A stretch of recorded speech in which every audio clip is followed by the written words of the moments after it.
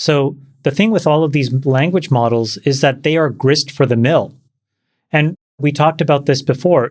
If it was a highly proprietary asset, you would have never sold 49% of it to Microsoft for $10 billion because you would assume that it was worth $1 trillion. So it's a huge tell on the part of OpenAI, their deep understanding, and they understand it better than anybody else, that it's a bit of a capped upside. So what is uncapped, I guess, is maybe the better question. Well, if you look at the 1849 gold rush as an example, the people panning for gold, in my opinion, are the people building language models today. They're going to come and they're going to go. But who's going to win? Well, the pick and shovel providers won. Levi Strauss won. So what is the equivalent of that today?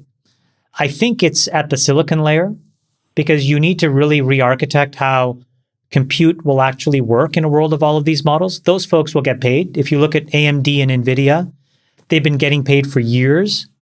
They continue to get paid. They probably will continue to get paid even more. And so folks that actually take a step into doing something hard and difficult in AI, like custom silicon, could get rewarded.